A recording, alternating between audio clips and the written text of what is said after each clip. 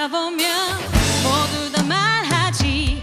자신의 목적을 이루려면 다 그렇게 살아야만 한다며 내게 타협하라 하지.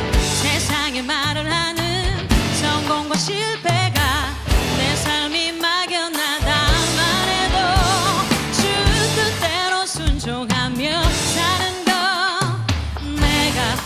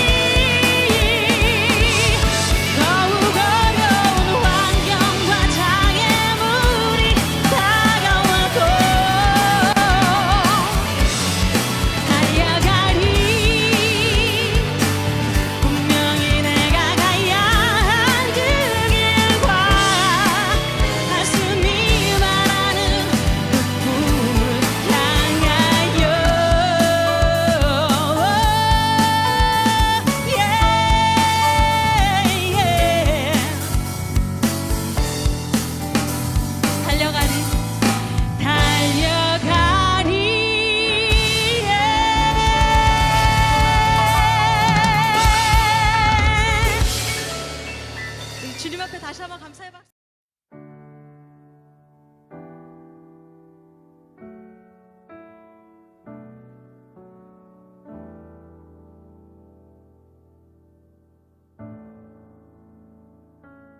내 주 되신 주를 참 사랑하고 곧 그에게 죄를 다고 하리라.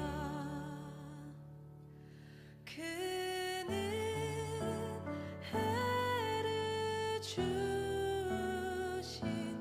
내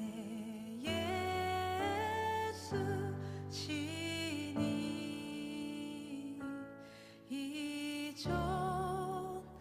이전보다 더욱 사랑합니다. 주 날 사랑하사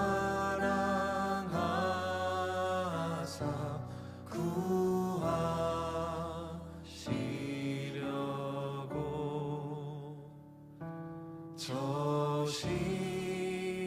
십자가 고난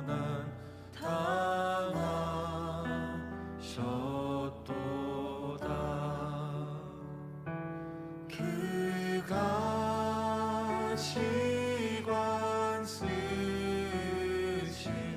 내 주 배우니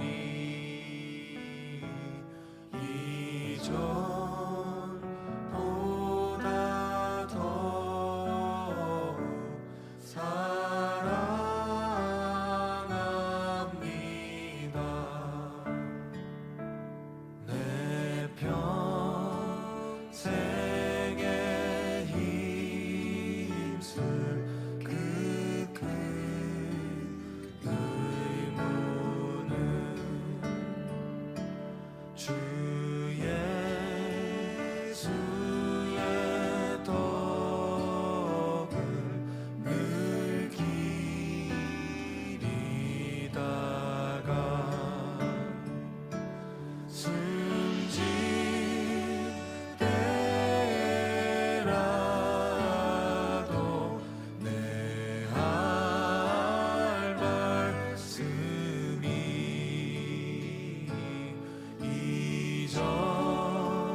이전보다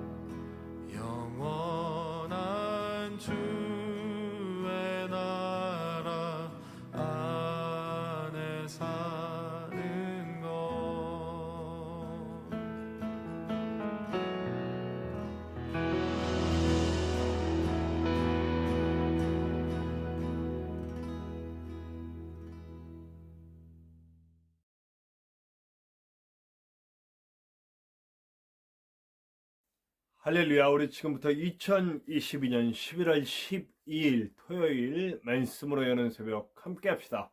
우리 다 같이 기도합니다. 하나님 감사합니다. 오늘도 우리를 사랑하시고 주의 품에 품으시고 주님 예배하며 주님과 만나서 아버지 하나님 주님 주시는 은혜를 누릴 수 있도록 도와주심을 감사합니다.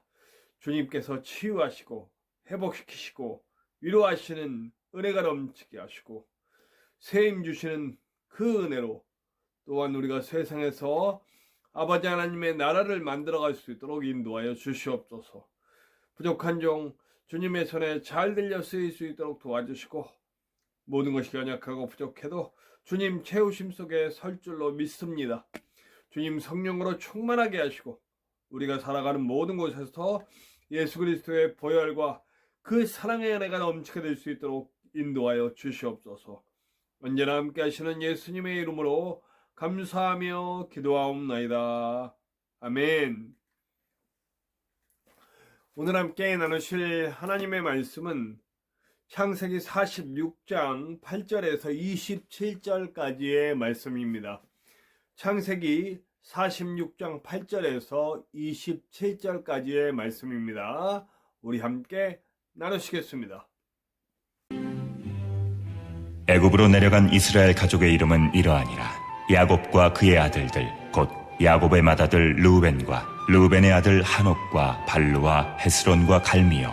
시므온의 아들은 여무엘과 야민과 오핫과 야긴과 스알과 가나안 여인의 아들 사울이요. 레위의 아들은 게르손과 그핫과 무라리요. 유다의 아들 곧 엘과 오난과 셀라와 페레스와 세라니. 엘과 오난은 가나안 땅에서 죽었고 페레스의 아들은 헤스론과 하물이요. 이사갈의 아들은 돌라와 부아와 욥과 시므론이요. 스불론의 아들은 세렛과 엘론과 얄르엘이니 이들은 레아가 밧단아람에서 야곱에게 난 자손들이라. 그 딸 디나를 합하여 남자와 여자가 33명이며 가세 아들은 시변과 학기와 순이와 에스본과 에리와 아로디와 아렐리요. 아셀의 아들은 임나와 이스와와 이스위와 부리아와 그들의 누이 세라며 또 부리아의 아들은 헤벨과 말기엘이니 이들은 라반이 그의 딸 레아에게 준 실바가 야곱에게 낳은 자손들이니 모두 16명이라. 야곱의 아내 라헬의 아들 곧 요셉과 베냐민이요. 애굽 땅에서 오네 제사장 보디베라의 딸 아스낫이 요셉에게 낳은 므낫세와 에브라임이요. 베냐민의 아들 곧 벨라와 베겔과 아스벨과 게라와 나아만과 에히와 로스와 뭇빔과 훗빔과 아르시니 이들은 라헬이 야곱에게 낳은 자손들이니 모두 14명이요. 단의 아들 후심이요. 납달리의 아들 곧 야스엘과 구니와 예셀과 실렘이라. 이들은 라반이 그의 딸 라헬에게 준 비라가 야곱에게 낳은 자손들이니 모두 7명이라. 야곱과 함께 애굽에 들어간 자는 야곱의 며느리들 외에 66명이니 이는 다 야곱의 몸에서 태어난 자이며 애굽에서 요셉이 낳은 아들은 2명이니 야곱의 집사람으로 애굽에 이른 자가 모두 70명이었더라. 네, 오늘은 가족 소개가 나와요. 그렇죠? 야곱과 그 각 아내들, 그러니까 4명의 아내들이죠.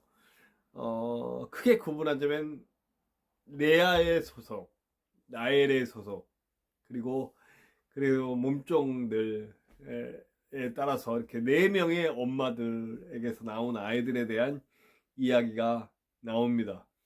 이 이야기를 통해서 하나님의 목적이 드러나죠. 하나님의 목적은 뭐냐면 야곱, 그러니까 이스라엘이 그 가정의 완성을 이야기하고 있는 겁니다. 그러니까 그 각 가족들 12아들을 통해서 뭐가 나오는 겁니까? 12지파가 나오는 거고요.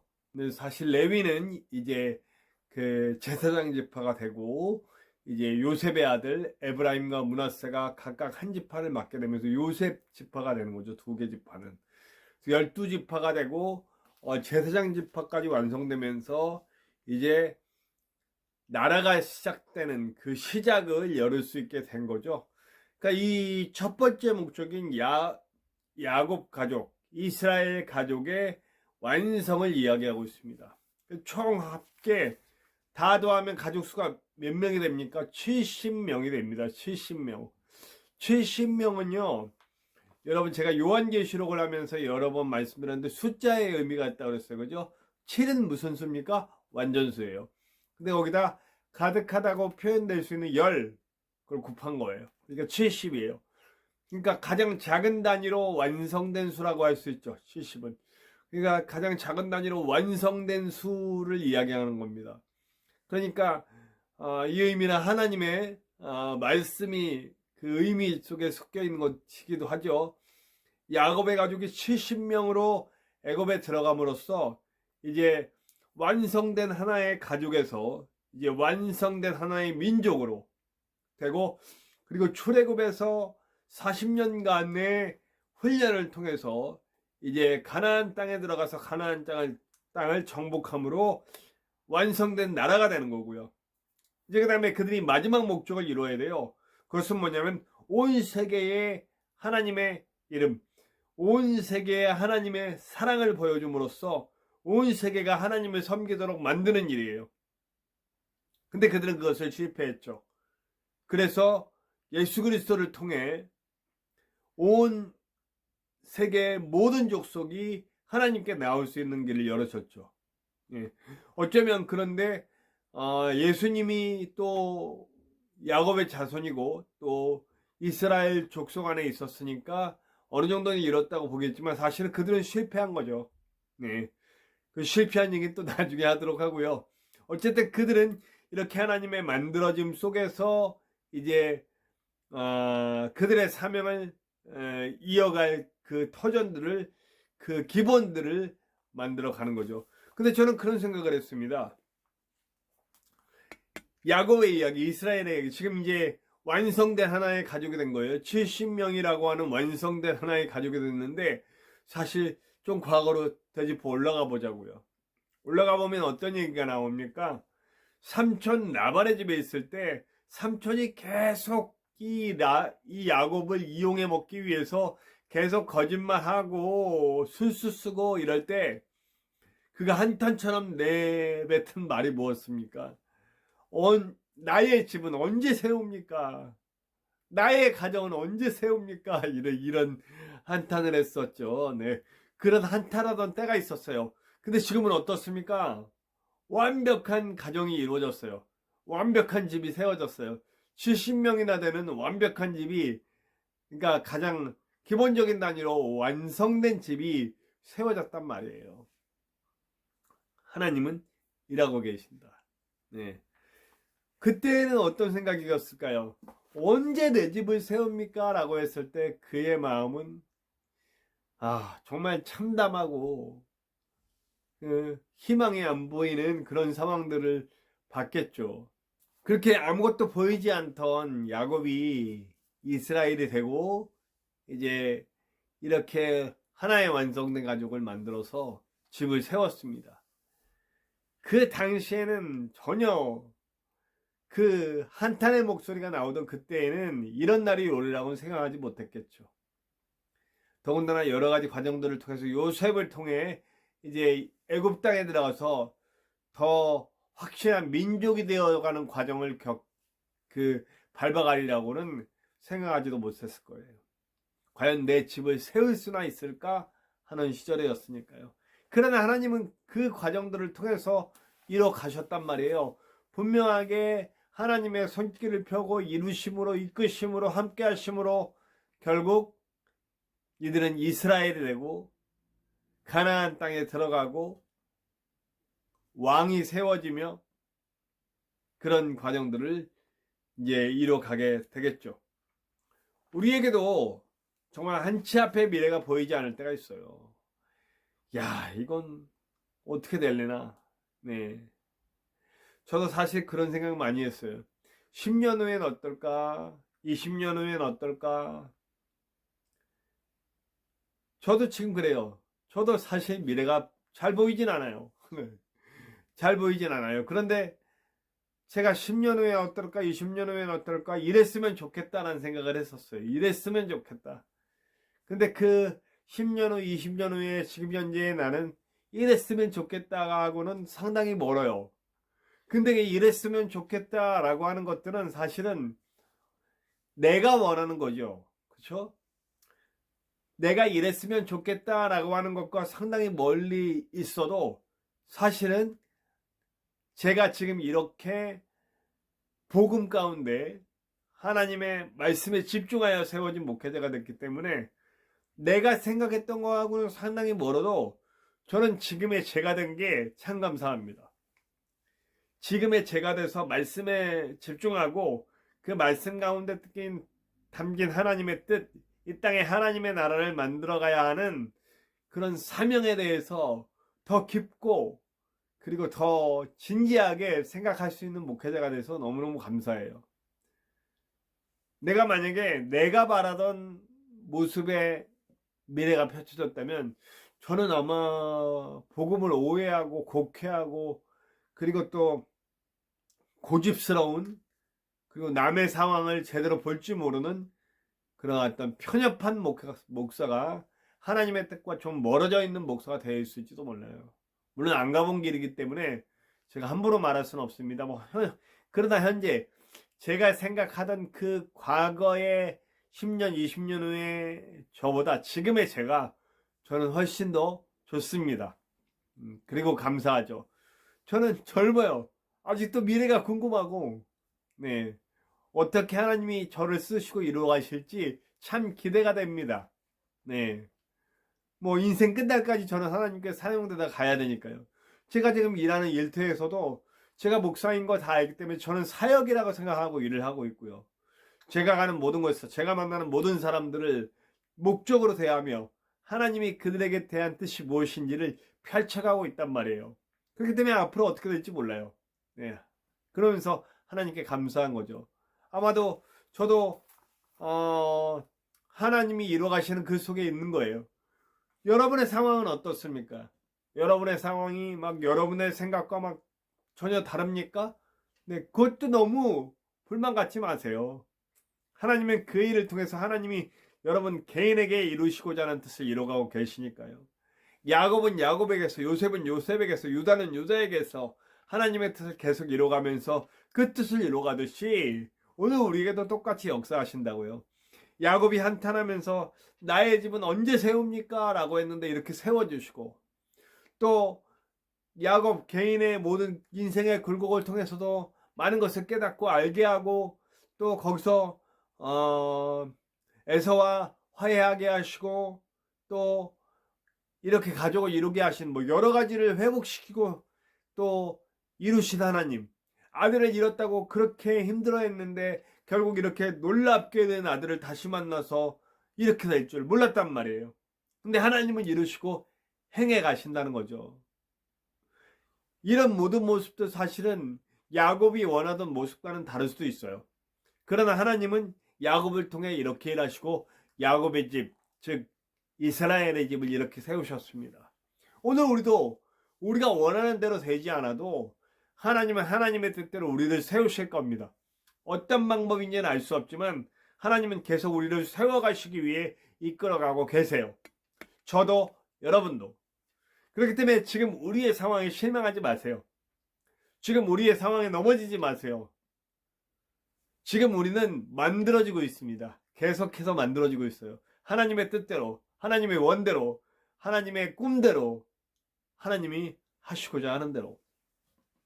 다만 하나님의 원하심대로 내가 쓰임받기를 원합니다라고 하는 간절한 마음으로 하나님 안에 있기를 간절히 소망합니다.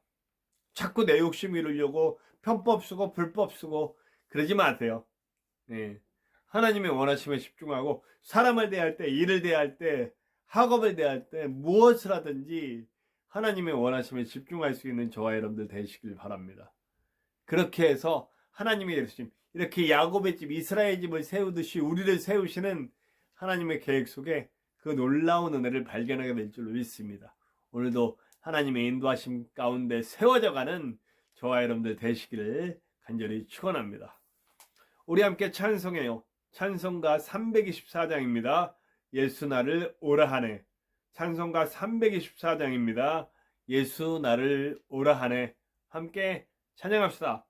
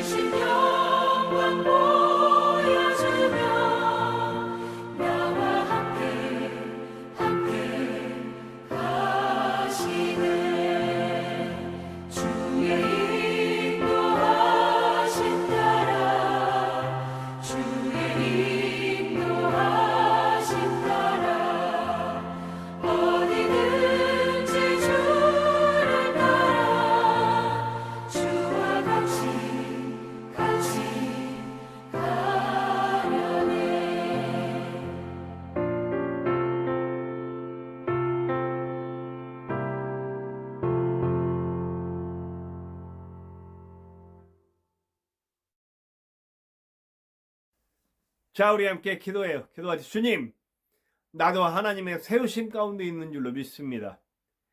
야곱에게 하셨듯이, 유다에게 하셨듯이, 요셉에게 하셨듯이, 그리고 크고 작은 많은 사람들에게 하시는 그 일처럼 우리에게도 세워줄 줄로 믿습니다. 내가 그것을 믿고 따를 수 있도록 도와주시고, 무엇보다 그 가운데 나를 통해 이루실 하나님의 뜻이 이루어질 수 있도록 도와주시옵소서. 우리 함께 기도합시다. 또한 우리 함께 기도할 때 우리 이태원에서 정말 많은 사람들이 죽었습니다. 그 가족들의 위로를 하나님의 위로가 있을 수 있도록 기도해 주시고, 이 일들 가운데 하나님의 일하심이 더욱 강력하게 나타나게 하셔서 사람들이 잘못한 사람들은 뉘우치고, 또 이 일을 통해 빨리 정리가 잘 되고 수습이 될 수 있도록 기도해 주시기 바랍니다. 이 나라를 위해서 기도해 주세요. 이 나라가 정말 하나님의 뜻대로 움직여갈 수 있는 나라가 될 수 있도록 도와주시고, 위정자들이 정말 하나님을 두려워할 수 있는 자들이 될 수 있도록 기도 부탁드립니다. 우리 전쟁 가운데 있는 곳들 빨리 전쟁이 끝날 수 있도록 도와주시고, 사람들의 욕망은 빨리 하나님의 만지심 속에 꺾어질 수 있도록 기도 부탁드립니다. 우리 북한과 같이 핍박 가운데에도 신앙생활하는 그런 많은 성도들을 위해서 기도해 주시고요. 세계 곳곳에서 복음을 전하시는 우리 선교사님들을 위해서 기도해 주시고요. 그리고 치유가 필요한 사람들, 회복이 필요한 사람들, 위로가 필요한 사람들, 구원이 필요한 사람들, 모든 사람들을 위해 함께 기도합시다. 부족한 종의 사역을 위해서 기도해 주시고요. 저와 여러분의 기도 제목 속에도 하나님의 크고 놀라운 은혜가 나타날 것을 믿어요. 우리 함께 주기도문 하시고 다 같이 기도합시다. 주기도문 합니다. 하늘에 계신 우리 아버지, 아버지의 이름을 거룩하게 하시며 아버지의 나라가 오게 하시며 아버지의 뜻이 하늘에서와 같이 땅에서도 이루어지게 하소서. 오늘 우리에게 일용할 양식을 주시고 우리가 우리에게 잘못한 사람을 용서하여 준 것 같이 우리 죄를 용서하여 주시고 우리를 시험에 빠지지 않게 하시고 악에서 구하소서. 나라와 권능과 영광이 영원히 아버지의 것입니다. 아멘.